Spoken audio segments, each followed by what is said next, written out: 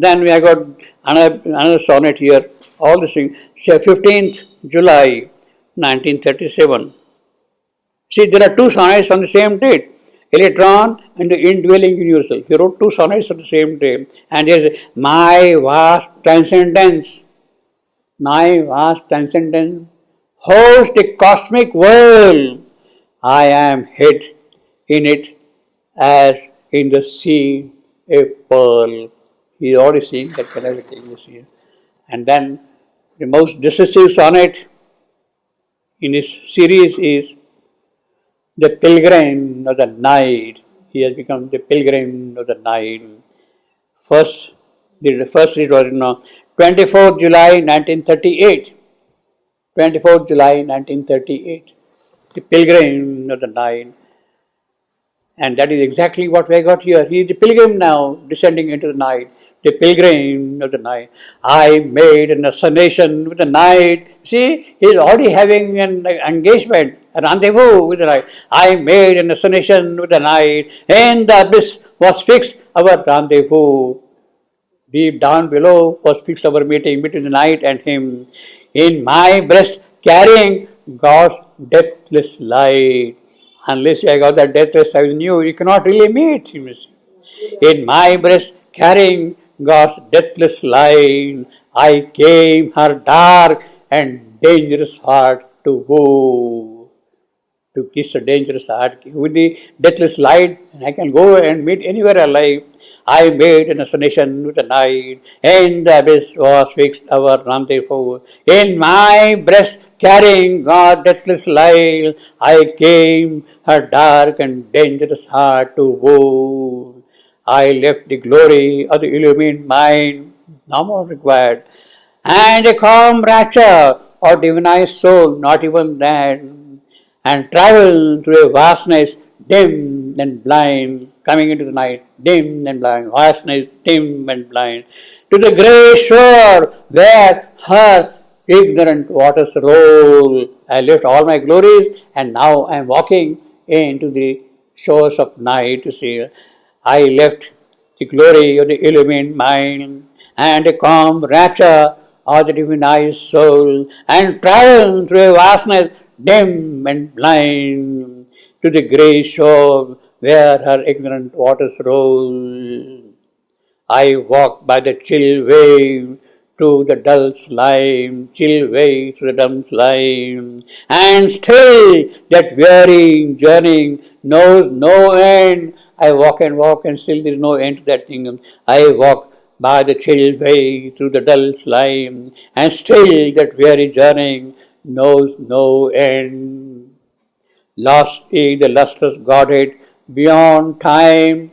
I cannot see him now, that lustrous Godhead. Lost, there comes no voice of the celestial friend. I entered in the night and I do not hear his voice at all, you see. And yet I know my footprints track shall be a pathway towards immortality. That is the assertion. There comes no voice of the celestial friend, and yet I know my footprints track shall be a pathway towards immortality. So this is the first assignation of his with the night on 24th July 1938, and he confirms that thing again by making a small verbal change and a sonnet in 1944. In other words, he is holding on to that, you see. And then comes the decisive moment of his triumph, of his glory, the sonnet, the golden light, the golden light, first written on 8th August 1938. 8th August 1938. I will say that is the most decisive moment of the transformation. He turned to find that world failures cause, and the result of that, or that world failures cause of his triumph and his glory, is what we have got here in this sonnet. The golden light, thy golden light came down into my brain, and the grey rooms of mine sun-touched became. a bright reply to wisdom's occult plain, a calm illumination and a flame. First, the golden light in his brain. Then, thy golden light came down into my throat, and all my speech is now a tune divine. Already the physical transformation taking place, a tune divine, a paean song of thee, my single note, your victory song, your chant, your hymn, that is my only note, you see. My words are drunk with the immortal wine. Such kind of a triumph he has already had now. My words are drunk with the immortal wine. Thy golden light came down into my heart, smarting my life with thy eternity. Now has it grown a temple. My heart has become a temple. Now has it grown a temple where thou art, and all its passion point towards only thee. All my heart's passion only point towards thee, you see. Thy golden light came down into my feet, down below, right from here, from the crown to the feet, down below.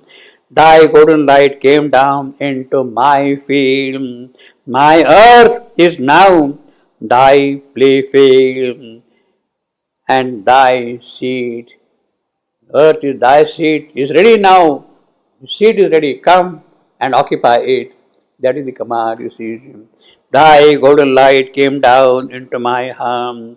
My earth is now thy playfield and thy seed. Now, well, this is in 1938, 8th August 1938.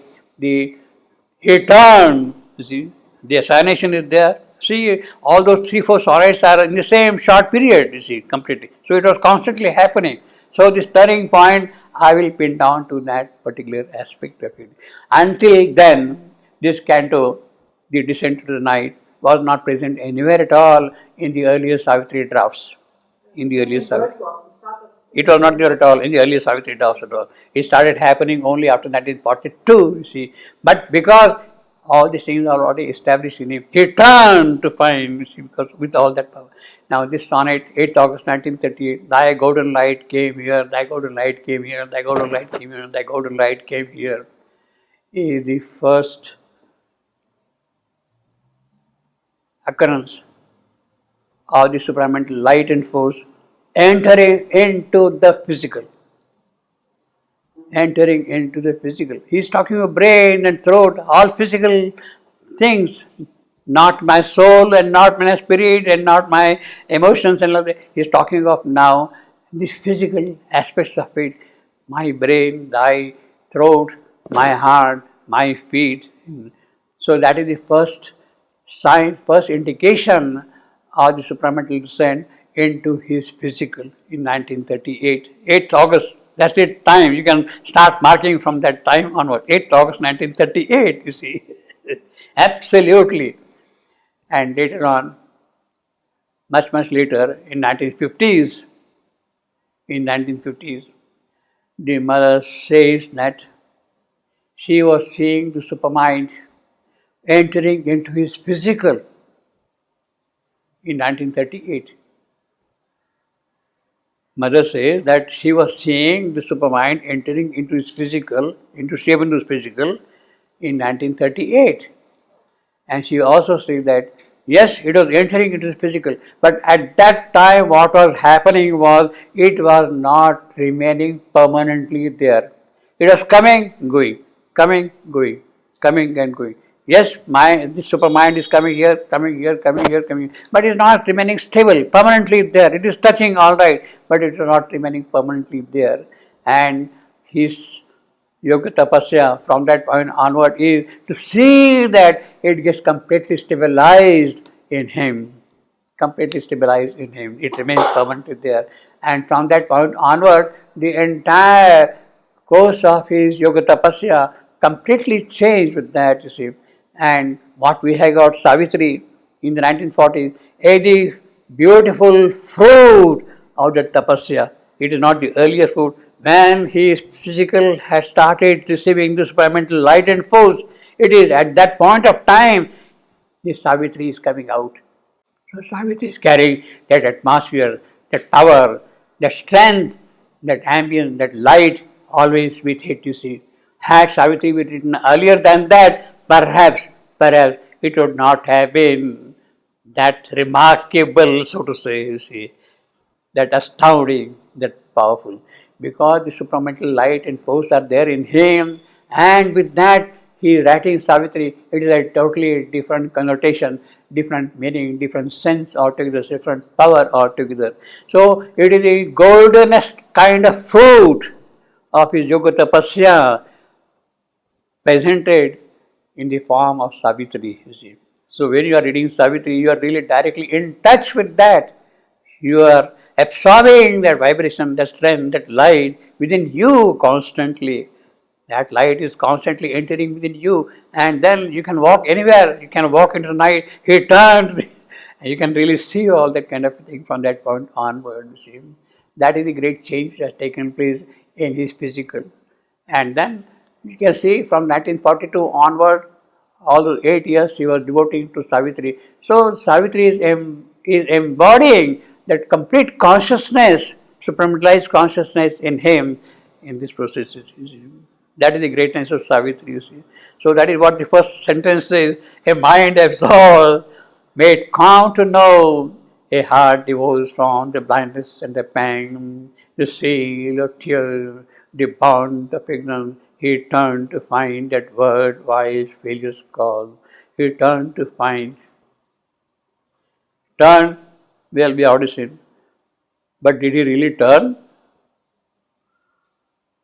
In that sense, that is a way of seeing. He was occupied with it. He was always occupied with it. What was necessary for him is to find out the mechanism, the process by which things can be changed. By which things can be changed. Otherwise, behind his consciousness, right from the beginning, the moment he left Calcutta and came to Pondicherry, it was already known that he has to turn to find the world failure's cause. But then the mechanism, the detail, the operational aspects had to be worked out, and it is that which has taken that time, you see, 30 years till 1938, so to say, and then things started happening in a definite. He turned to find that world failure's cause. The, the golden light and Yes. turning a window into the physical, it coincides directly with the Second World War. So then the whole darkness comes out in the Second World War. Is it? Of course, it's 1938 to 1945. Yeah. That's 7 years where he starts, and then, when he enters that deep Yes. in conscience, then it comes It has to come up, then obviously. the whole world Actually, in fact, that is the point, that exact point. See, in fact, the first consequence, the first reaction to the golden light into his brain, into his throat, into heart, into the feet is World War II. World War II. The entire problem was now there, and World War II had to happen, you see. World War II. Actually, it was there, kind of pending there, the World War II, the law of nations was there to kill everything, to destroy everything, and in order to take possession of that thing, this is the important. So entering into the night is in fact on a physical plane, the occult plane is tackling the world, the Lord of Nations basically here. Until then, the other things have already surrendered to some extent, you see. But Lord of Nations is standing firm and evident. He found an instrument and all those things happened, but in a certain sense they were pretext. The yogic power now was so strong, so supramental, that nothing could oppose it. Nothing could oppose it, you see. He tried every trick, the Lord of Nations. The mother had to impersonate and misguide and all that sort of thing. All those things are there, you see, completely, you see. Now that is the occult aspect of it, you see. But all that things started happening as a result of his establishing the supramental consciousness in his physical. The reaction from the bottom, from the night, from the darkness is of that kind. Opposed divine's work in his full strength, his full might, and that was the only chance by which it could remain here. If it gives up, it is gone permanently, he received. But the force was so strong. Well, in a way, you are speaking, all these great epoch-making events. World War II is an outward sign of the occult things which are happening deep within. Deep within. World War II is in a physical event for most of the people, historical event, this happened, that happened, all the stories are there, but the occult basis, the occult fact behind that is of a much deeper kind. All these things happen with the presence of the avatar. The avatar comes here for that purpose, to destroy what opposes God's work. To destroy what opposes God's work. And that's not only thing to destroy, not only to destroy, but then to establish new powers of the spirit into evolution. New power. The mind of light, that is a new creation which started with that. New powers of the spirit in the process. So the avatar's work is twofold: to destroy all that opposes the divine work and carry the evolution forward to higher grade of consciousness. Same thing happened in the case of Krishna.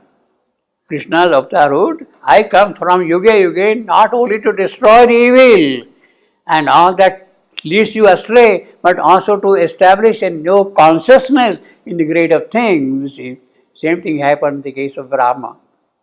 All the Asuric forces, the vital forces which were so strong, they were completely dissolved by the emergence of Ravana into the Supreme. He had completely given up, and then the Manomaya Purusha started working safely in the entire process. So the work of the presence of an avatar also means a great calamity in a certain sense, but that calamity is there to get removed, get dissolved, to disappear. The avatar's power is there, work is there. So you say always a twofold work. The opposition from the inconscious, from the negative night is so strong that it is not going to allow any power of the divine to come and work here. It has to be destroyed, it has to be overcome, it has to be taken forward and then bring out a new consciousness. Now, with this thing, in future, it may not be so. In future, you see, these calamitous events accompanying the presence of avatar, so to say, may not be there in future, because there is already now the divine working the supermind here in the dynamics of supermind. So it is not that way now going to happen in future. So future is of a different kind altogether. What, etc., that we'll have to see now. We don't know that. Basically, in fact, in a certain sense, therefore, one can say that in that manner of destroying what is evil and putting a new grade forward in the work of each avatar in future, that avatarhood may not be necessary. We may not need that kind of avatar in future. That avatar should come here. 10 avatars, yes, finished. Their work is done. Now things will keep on happening in the very dynamics of the spiritual working here, the dynamics of the spirit itself here. So new manifestation, new creation. When Shivanu says, I will come in a body, in a supramental body, made in a supramental way, he is not coming in the nature of an avatar as the previous avatars, the earlier avatar. He is coming here now to carry that work of supramental body in a supramental way to different grades of evolution in the domain of knowledge and beatitude and joy and happiness. It is that kind of a thing will go on. So it is not by fighting a calamitous event on the earth that thing will happen, because they have been already taken care of in a certain sense. Things will happen now in a different way. Or when he says, I will come in a supramental body in a supramental way, It is for the manifestation of the powers and possibilities of Sachidananda in this mortal, in this deathless creation here. You see, that is the whole thing. You see, so that is a news. Well, we can keep on talking about it. You see, beyond that, you see. So